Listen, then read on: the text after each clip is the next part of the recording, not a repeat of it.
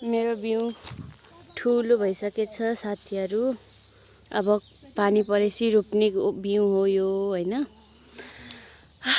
अब यो त्यहाँसम्म रोप्नु पर्छ।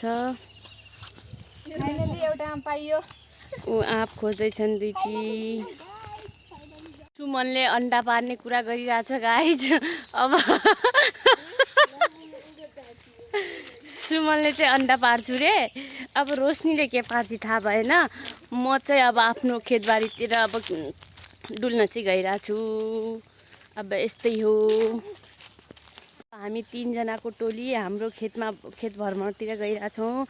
गर्मीसँगै हामीहरू आफ्नो आफ्नो कामतिर गइरहेछौँ। उसले फेरि आमको बाइट लिइरहेको छु एक्लै बिचमा। फेरि यो गर्मीले देख्न सक्नुहुन्छ पुरै डढेर कालो हुने बेला भइसक्यो साथीहरू। अब हाम्रो खेत मात्रै रोप्न बाँकी छ हैन। बाँकी तल पनि रोपिसकेको छु, माथि पनि रोपिसकेको छ। अब हाम्रो रोप्न बाँकी छ। अनि यहाँ खेतमा मुसाले साप पारिसकेको छ हैन। अब देख्न सक्नुहुन्छ पुरै सुक्खा भइसकेको छ। अब पानी कहिले पर्छ साथीहरू हैन। त्यहाँ हाम्रो माछतिर रोशनीको, यो हाम्रो, अनि यो मेरमा चाहिँ पुरै मुसाहरूले साफ पार्दैछ। अब मेड पनि हाल्नुपर्छ। पानी परेपछि मेड हाल्ने भनेको परिरहेको छैन हैन। नेपाल नै यो महेन्द्रनगरमा गर्मी नि के साह्रो गर्मी हो हैन। एकछिन त बादल आइदिए हुन्थ्यो। आज सबै ठाउँ पानी परिरहेछ रे। हाम्रो मात्र पानी पर्नु बाँकी छ। धन्न एउटा आशाको किरण जाग्यो गाइज। हावा आयो एउटा यहाँनिर रुख रहेछ शीतल भयो। उसले आम खाइरहेको छ। सुमन कस्तो भयो तिमीलाई यता हेरेर बोल त। बेकार बेकार। रोशनी हजुर कस्तो भयो? बेकार भयो। किन भयो बेकार? मैले खोसेर खाए। ओहो हो त्यही भएर हो के त्यस्तो भएको, नत्र त राम्रै हुन्थ्यो हैन। अब त्यो शीतल छाडेर पनि अब हामीहरू जङ्गलतिर गइरहेछौँ। अब हाम्रो जङ्गलतिर के छ, कस्तो कस्तो भएछ। आँप थियो, आँपको बोटामा आँप लागेछ कि छैन भनेर हेर्न गएको छु। तर साह्रै गर्मी छ। रोपेर नि के गर्ने साथीहरू। जब रोपेको ठाउँ नै यसरी चिरा पर्दैछ हजुरहरूलाई म देखाउँछु है। देख्न सक्नुहुन्छ रोप्ने मान्छेहरूको पनि यहाँ यस्तो चिरा परिसकेको छ। रोपेर पनि के गर्ने, पानी पर्दैन। गाह्रो छ यो रोप्न पनि साह्रै दुःख छ। यहाँ अर्काको खेत हो, यो हाम्रो खेत हो। अब रोप्न बाँकी छ। अब पानी परेपछि त हाम्रो नि 1 दिन 1.5 दिनको कुरा थियो। पानी अब कहिले आउँछ साथीहरू। म फाइनली जङ्गलतिर पुगिसकेँ। जङ्गल पानी आजभोलि पानी नपरेकोले नदी सानो देखिरहेछ। उसले आँप पाइसकेको छ साथीहरू, देख्न सक्नुहुन्छ।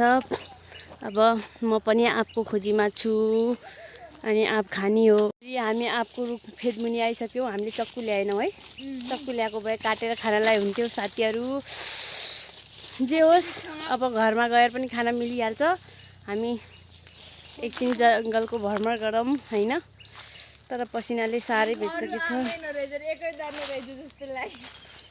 आँप छैन रुखमाथि होला यहाँ साथीहरू। पसिनाले देख्न सक्नुहुन्छ। यहाँ सुमनलाई चाहिँ पसिना छैन। ऊ पसिना छैन, कति छैन उसलाई। रोशनीलाई छ। रोशनी त अब रोशनी म भन्दा कम छ, तर उसलाई पनि छ। म त पुरै डढेर कालो भइसकेँ। यो चाहिँ ब्याम्बो हो साथीहरू। ब्याम्बो धेरै छन्, तर सानो सानो खाने चाहिँ छैन। तामा चाहिँ सानो खाने तामा चाहिँ छैन। ठुलो रुख ब्याम्बो चाहिँ छ। ऊ हाम्रो सानो सानो नदी भनौँ, गन्दा नाली त्यस्तै हो। पानी आएपछि ठुलो यहाँसम्म उतासम्म आउँछ, नआएपछि यत्रै हो हैन। यो देख्न सक्नुहुन्छ। अनि यो हाम्रो रुखहरू यति सानै जङ्गल हो हैन साथीहरू। सबै रुखहरू काटेर भ्याइसकेछ हाम्रोतिर। जङ्गलमा शीतल त छ, तर खै के भएछ साथीहरू देख्न सक्नुहुन्छ। अलि शीतल चाहिँ छ, रमाइलो छ। रुखहरू सबै काटिसक्नु भएछ मम्मी बुवाले। अनि ऊ त्यहाँ पर पल्लो गाउँको चाहिँ हाम्रो गाउँ मेरो रुखमा चाहिँ एउटा रुख झरेछ, उनीहरूले काटेको रहेछ। हाँगा चाहिँ त्यो सिधै अब हाम्रोतिर आइरहेको रहेछ होइन। हजुरले देख्न सक्नुहुन्छ गाउँले जीवन यस्तै हो। घाम पनि हुन्छ, गर्मी पनि हुन्छ। 37 डिग्री छ। अहिले थोरै देरमा अलिक 40, 41, 45सम्म पुगिहाल्छ यताको गर्मी होइन साथीहरू। देख्न सक्नुहुन्छ मेरो अनुहार पनि कालो भइसक्यो। कालो त थिएँ तर धेरै खाली भइसके साथीहरू। मेरो दुईटी गाडहरू चाहिँ यहाँ गफ गर्दैछन्। के चाहिँ टिपिरोस् नि सालको पाता टपरी गाँसेर जुनी बिताउँ सँगसँगै हाँसेर। देख्न सक्नुहुन्छ अब हामी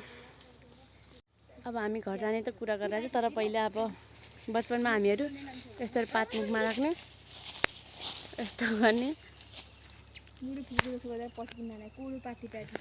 हो, यस्तो गरेर पड्काउने चाहिँ गर्थ्यो। अनि हातमा राखेर पनि पड्काउँथ्यो।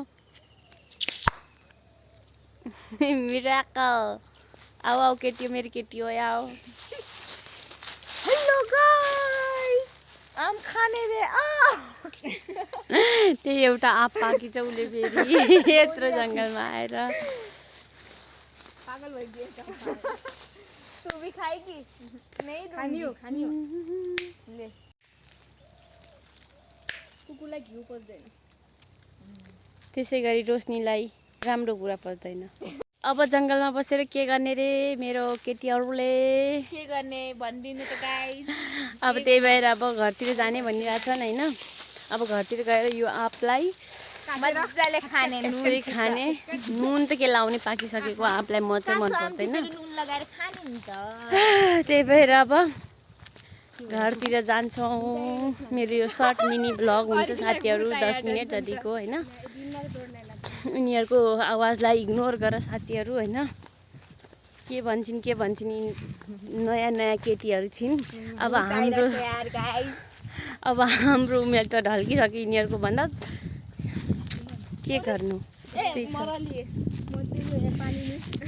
अलिअलि शीतल भइरहेछ, हावा आइरहेछ। कास पानी परिदिए त साथीहरू यो खण्डर जमिनमा। कहाँ जाने? कहाँको पुल? तल हुन्छ। पैसा मसँग छैन है। पैसा मसँग छैन। मसँग 10 रुपियाँ चाहिँ छ।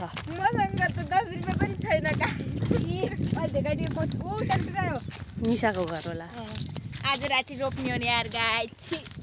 अनि के जाने त नि? म त जान्न रोप्नलाई। के अरे उ त्यहाँ तल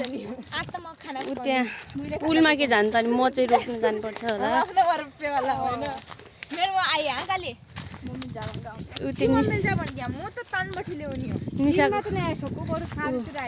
तल्लो घरबाट पाइपबाट अनि त्यहाँ पानी लगाएर अब निशा तिनीहरूले रोप्ने भनिरहेछन् साथीहरू।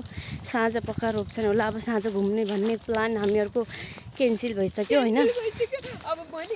नरौ साथीहरू नरौ, अर्को दिन बाँकी छ। तर म रोप्ने चाहिँ कसरी मेरो हात चाहिँ लास्टै दुखिरहेछ होइन। हस्पिटल जाने भनेको हिजो आज शनिबार भइसक्यो। अब भोलि सोमबार खुला हुन्छ सरकारी हस्पिटल, त्यहाँ जानुपर्छ।